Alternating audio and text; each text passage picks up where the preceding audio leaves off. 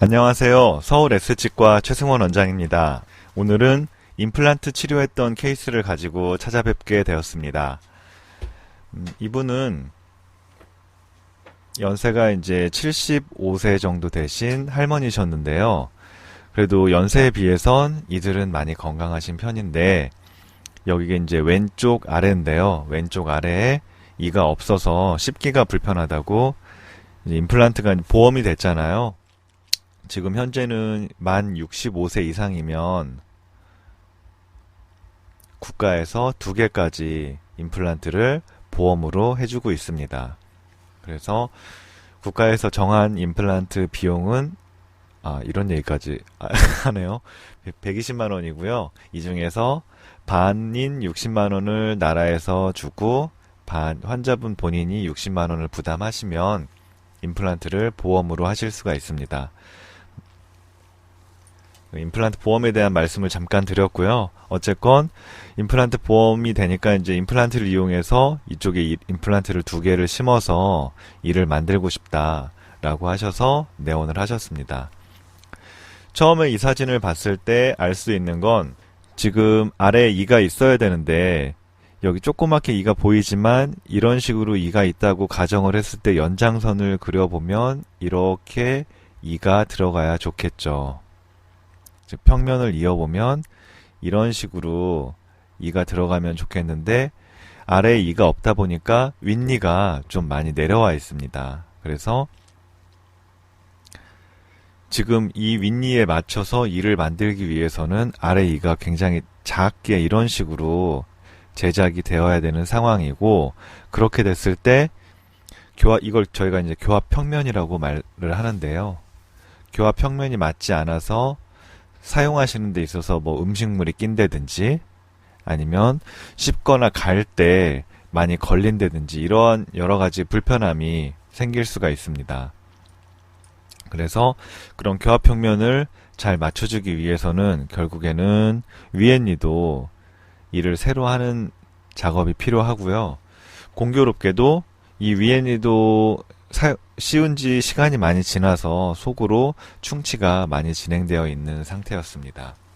아래 임플란트가 들어갈 부위에 씹는 면 쪽에서 찍었던 사진입니다. 마찬가지로 이가 빠지고 시간이 오래 경과했기 때문에 보시는 것처럼 이 뼈가 이런 식으로 있어주면 좋은데 뼈가 많이 흡수가 돼서 이렇게 꺼져 있는 모습을 볼 수가 있습니다. 그만큼 뼈가 좀 얇아져 있기 때문에 원형의 임플란트가 이렇게 정 위치에 들어가기 위해선 뼈이식이 필요할 거다라는 것을 알 수가 있죠. 그래서 아래는 뼈이식을 동반한 임플란트 수술을 계획을 했고, 위에는 교합 평면을 맞추기 위해서 또 오래된 크라운에 속으로 충치가 있어서 그 2가지 이유로 윗니 크라운 2개를 다시 진행을 하게 됐습니다. 자, 이 그림은 뭔가 가루도 보이고 하시죠? 속도 많이 지저분해져 있는데 윗니 크라운을 재치료하기 위해서 제거한 모습입니다. 보시면 이들도 많이 상해 있고 썩기도 했고 주변의 잇몸도 많이 부어있는 모습입니다. 그래서 충치를 제거하고 신경치료를 다시 해서 씌우기로 계획을 했습니다.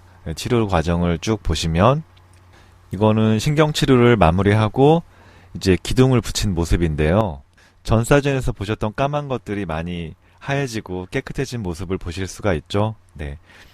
어금니는 신경관이 3개를 찾아서 신경관 3개의 신경치료를 했고요. 앞에 작은 어금니는 2군데 신경치료를 했습니다.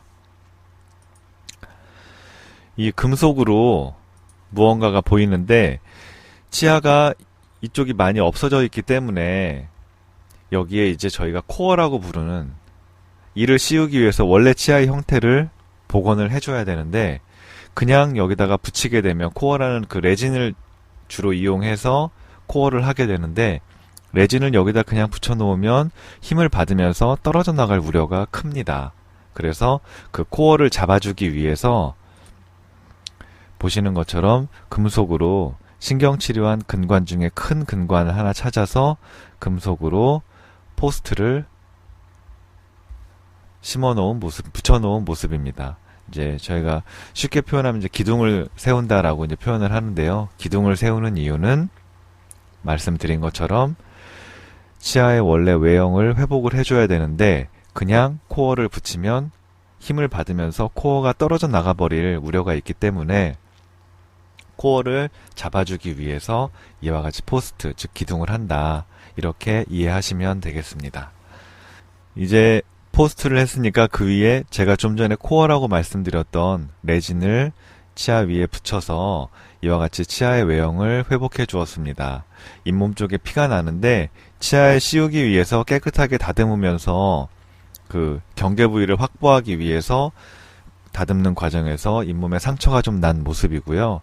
이 부분은 임시치아를 넣고 일주일 정도 시간이 지났을 때 깨끗하게 아물게 됩니다. 자, 그러면은 윗니에 대한 치료 과정을 잠깐 보셨고요. 이제 이분의 목적은 원래 아래에 없는 일을 해놓는 거잖아요. 그래서 임플란트를 심었고, 이 부분은 임플란트를 심고 이제 2차 수술을 하기 전에 찍었던 사진입니다.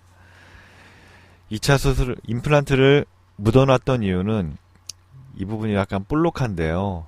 여기에 뼈 이식을 하고 덮어주기 위해서 잇몸을 꼬맸었습니다. 그래서 정확한 뼈 이식을 위해서 임플란트는 잇몸 안에 묻어놓고 그 이후에 2차 수술을 통해서 다시 이제 임플란트를 꺼내는 과정들이 필요합니다. 이 모습은 2차 수술을 하고 2주 정도 시간이 지나서 잇몸이 아물고 있을 때 찍었던 사진입니다. 힐링 어버트먼트라고 부르는 긴 부품이 임플란트에 잘 연결되어 있고 이거를 풀러내면 임플란트에 저희가 본을 뜬다든지 이를 연결한다든지 하는 작업들이 가능하게 되겠죠. 그 뼈이식도 성공적으로 잘 돼서 여기 이렇게 볼록하게 잇몸이 부풀어 있는 모습들을 확인하실 수도 있습니다. 자, 이거는 이제 임플란트에 저희가 1차로 본을 뜨기 위해서 부품을 연결한 모습이고요. 이걸 가지고 이제 본을 떠서 임플란트에도 임시치아를 넣고 또 최종리를 넣으면서 진행을 하게 됩니다. 참고로 치료 과정 중에 잠깐 찍었던 사진인데 이거는 치료 중간이고요. 아래 임플란트는 잇몸 속에 심어져 있고 윗니는 임시치아를 현재 해놓은 상태입니다. 공간이 굉장히 부족한 것을 보실 수가 있죠. 나중에 이를 최종리를 연결할 때는 거기에 맞춰서 이를 다듬고 아래 임플란트가 적절한 교합 평면을 형성하면서 들어갈 수 있게끔 조정을 할 예정입니다. 자, 그러면 최종적으로 치료가 어떻게 되는지 궁금하시죠? 최종 치료 상태를 보면서 그 치료 결과를 같이 보겠습니다. 최종적으로 들어간 윗니의 지르코니아 크라운의 모습입니다. 그 형태나 이런 것들도 잘 나왔고요. 예쁩니다. 네, 이 빨간색으로 묻어있는 거는 아랫니랑 닿는 부분을 체크하느라고 교합지라는 걸 써서 저희가 닿는 부분을 확인을 하는데 그 교합지가 묻은 자국들이고요.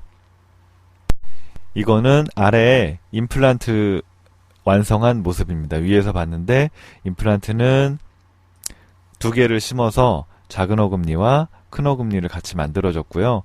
여기 보시는 이렇게 색깔이 다른 부분은 나중에 저희가 임플란트를 유지 관리할 때 필요하면은 임플란트를 빼야 되는 경우들도 있습니다. 그때 임플란트를 풀러내기 쉽게끔 치아에 구멍을 형성해 놓고 이를 만들었는데 그 형성된 구멍을 레진을 이용해서 메꾼 모습입니다. 중요한 건 옆에서 바라본 모습이겠죠. 옆에서 보면 윗니 많이 내려왔던 것도 위로 올려서 적절한 교합 평면을 만들어서 완성을 했습니다. 아랫니와 윗니 사이에. 이걸 비교할 수 있는 거는 지금은 임플란트 그 상하 크라운과 임플란트가 이 라인을 형성하면서 뒤에 메탈 크라운이 이렇게 떨어져 있잖아요. 자, 그러면 처음에는 어땠을까요? 처음에 보시면 이 메탈 크라운을 기준으로 하면 이런 식으로 비슷하게 이어지잖아요. 근데 최종리는 여기서 턱이 지게끔 이만큼 위로 올려서 아래 임플란트가 적절히 들어갈 수 있게끔 형성을 했었습니다. 그럼 마지막으로 치료 과정을 엑스레이를 보면서 그 오늘의 증례를 정리하고 마무리하겠습니다. 이건 처음에 오셨을 때 모습이고, 윗니가 부분적으로 신경치료가 되어 있었는데 많이 썩었고, 아랫니는 뼈가 좀 좁아 있었다. 그래서 뼈 이식을 동반한 임플란트를 진행을 했다라고 말씀을 드렸고요. 이게 이제 임플란트를 심었을 때 모습이고, 이거는 2차 수술을 한 다음의 모습입니다. 그 이후에 이제 최종니를 완성을 했었고요. 오늘은 뼈이식 임플란트에 대해서 증례를 보면서 말씀을 드렸습니다. 뼈이식 임플란트에 대해서는 제가 기존 동영상에서도 다양한 내용들을 다뤘었는데, 그런 부분들도 같이 이 동영상을 보신 김에 예전 동영상도 같이 찾아서 봐주시면 감사하겠습니다. 그래서 그쪽에 이제 이런저런 내용들이 있고요. 뼈 이식은, 네, 임플란트 뼈 이식은, 아주 막 심각한 경우가 아니면 대부분은 잘 성공적으로 이루어지고 있습니다. 뭐, 심각하다라는 거는 좀 전에 증례처럼 폭을 넓히는 케이스는 폭이 좁아서 폭을 넓히는 증례는 굉장히 성공률이 높고요. 근데 되게 이제 발치 후 뼈 흡수가 심해서 수직적으로 잇몸이 푹 꺼져 있는 경우가 있어서 수직적으로 뼈를 재생을 해야 되는 케이스도 간혹 있는데, 이 수직적으로 높이를 올리는 뼈 이식은 폭을 넓히는 것보다는 아무래도 약간 성공률이 떨어진다라고 말씀을 드릴 수가 있고, 증례의 난이도도 굉장히 올라갑니다. 그래서 이거는 이제 이게 되겠다는 케이스에 한해서 조심스럽게 진행을 하고 있고요. 그래서 뼈 이식은 그렇고, 임플란트와 그 다음에 교합 평면에 관한 말씀을 드렸는데, 결국 뼈 이식을 하고 교합 평면을 개선을 해야 되는 이유는 치아 상실 후에 이 기간과 굉장히 관련이 높겠죠. 치아를 상실하고 시간이 지나면 지날수록 뼈도 많이 흡수가 일어나고, 또 치아 상실 후에 시간이 지나면 지날수록 맞물리는 치아들 혹은 주변 치아들이 그 치아가 비어있는 공간으로 쓰러지거나 내려오고 혹은 올라가는 그런 일이 발생해서 이제 치아 상실 후에 시간이 많이 지날수록 그만큼 원상복귀 시키는데 좀 더 많은 노력들이 필요하게 되겠습니다. 하지만 그게 안 되느냐? 그렇지는 않고, 충분히 물론 원상복구라고까지 감히 말씀드릴 수는 없지만, 사용하시는데 전혀 불편함이 없게끔 치료를 마무리하는 것까지는 가능하다라고 오늘 내용을 정리해 드릴 수가 있겠고요. 그래서 항상 강조드리고 싶은 거는, 치아가 상실 후에 시간이 지나면 지날수록 치료가 어려워진다. 혹은 충치가 진행되면 진행될수록 치료가 까다로워진다. 누구나 알고 있는 사실이지만, 치과라는 곳이 또 무섭고 또 가기가 좀 두렵고 겁이 나고 뭐 이런저런 이유들이 있어서 치과 가는 게 많이 꺼려지셔서 이 병을 많이 키우는 경우들이 많이 있는 것 같습니다. 그래서 기본적인 스케일링이나 뭐 초기 충치 같은 것들을 간단하게 레진이나 이런 걸로 때울 수 있다면 그런 식으로 치료를 마무리해 주시는 게 가장 좋겠고요. 그러니까 정기적인 예방 치료가 가장 필요하고, 치아가 상실되거나 했을 때도 내가 정말 큰 병이 걸린 게 아니야? 이걸 과연 고칠 수 있을까? 라고 생각하겠지만 다 고칠 수 있으니까 너무 병을 키우지 마시고 제때제때 그 치료의 시기를 잘 놓치지 않게끔 하시는 게 가장 중요하겠다라고 다시 한번 강조를 드리면서 오늘의 그 동영상은 마무리를 짓겠습니다. 도움이 되셨으면 좋겠고요. 이상 서울 S치과 최승원이었습니다. 감사합니다.